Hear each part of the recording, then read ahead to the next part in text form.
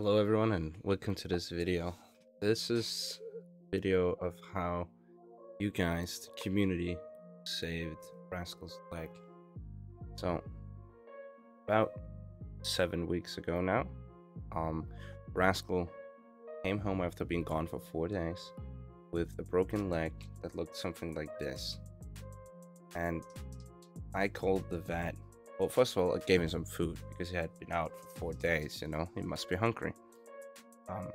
Then I called the vet and she was like, it's, I think it was a Sunday or it was after 6, which means it's out of normal hours and it was going to be double the price, right? And she was like, if he does not cry out in pain and can't sleep, let him be home until tomorrow at 8, like the earliest appointment. We were at the vet and this is how he looked right before going in. And then 2 days later he came home looking high as fudge, as you can see in one of the pictures. And he was not amused that he had to be in a cage, that's for sure. That was part of the recovery process. Had to be in a cage for at least a month. So during this month, though, he in the beginning he was kind of okay because he could barely stand on his leg, and so he was just mostly laying down and sleeping in the cage. But trust me, it was a hassle for me as well. I did not enjoy him being in the cage either because I constantly had to clean it, because Rascal is a rascal and a troublemaker, so he made sure there was cat litter everywhere in the cage. Then, when we reached the 2 weeks part, like around 2 weeks into him being in the cage, he found out that if he was scratching in the cat litter, right, he was digging a little bit, I would go open up the cage and clean it because I would think he had gone to the toilet. But as soon as I opened the door, he would try to escape out of the cage. So he had laid, escape plans, which was kind of funny.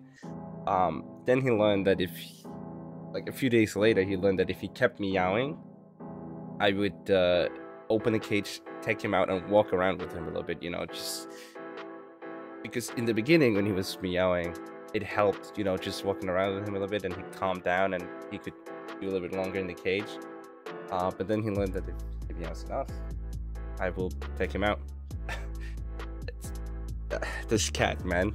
Yeah, and then when we reached, I think, the 3rd or 4th week, that's when he started fighting the cage, like actually.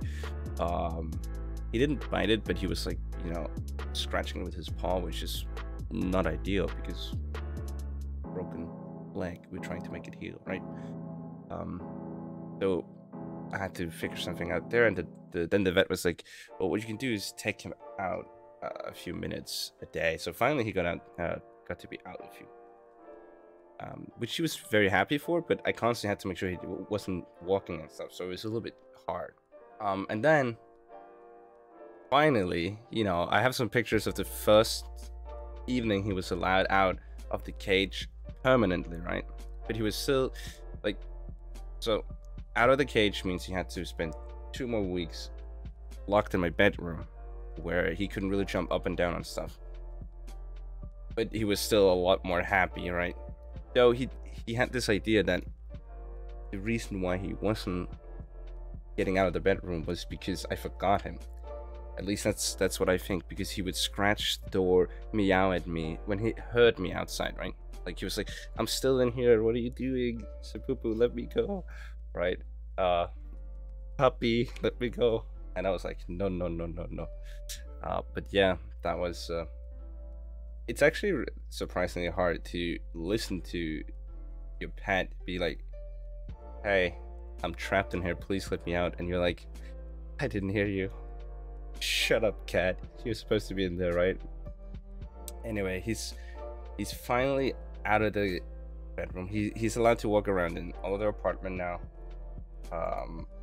which is just perfect. But and I have some footage of him just playing around and whatnot and having a good time, being a real troublemaker again. I forgot how much trouble he makes. He's been knocking down everything on my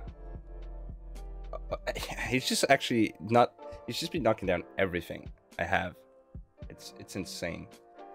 But I really appreciate all the support you guys have given me throughout the time, throughout this period, and all of you people asking how he was doing. He's been recovering the best you could possibly expect. But there's some special people that I want to thank, and it's the people who donated money, because we did the donation stream. I am actually, yeah, what is that, like 6 weeks ago or something now? I don't know.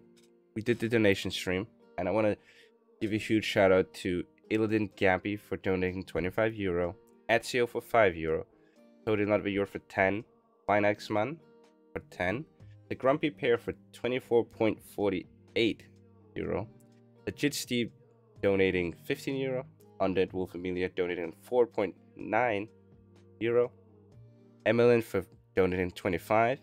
I hope you survived the month, Emmeline. Julian Pasha donating €3. And then Lolnafil, being a super good person, donating €300. Then there was Wolf Holzkopper, who donated €75. Tech031 donating €20. Clinton dropping in with €50. Broken O Brokered donating €15. Nast donating €50 as well. And then we got Jen/Sari donating €25, and I Play J donating €3.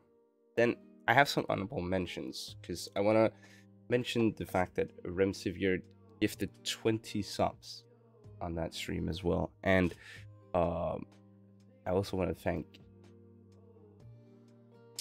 Shadow X Infinity, or Beauty Shadow. I want to thank her because she shared the stream with a bunch of people that then came into the stream and supported monetarily. So that's also really awesome.